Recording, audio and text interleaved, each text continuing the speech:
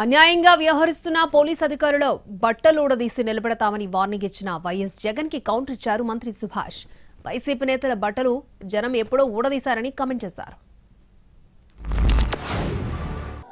ప్రతి పోలీసు వ్యక్తికి కూడా చెప్తా ఉన్నా, మీ టోపీ మీద ఉన్న 3 సింహాలకు కనిపించే సింహాలకు సెల్యూట్ కొట్టడం మొదలుపెట్టండి. తెలుగుదేశం పార్టీ నాయకులకు సెల్యూట్ కొట్టడం మొదలుపెట్టి వీళ్ళు చెప్పినట్టుగా చేయడం మొదలుపెట్టి అన్యాయాలు చేయడం మొదలు పెడితే మాత్రం ఎల్లకాలం తెలుగుదేశం పార్టీ ప్రభుత్వమే ఉండదు అని చెప్పి ఇవాళ ప్రతి అధికారికి కూడా నేను తెలియజేస్తా ఉన్నా. రేపొద్దున మళ్ళీ మా అధికారం వస్తుంది.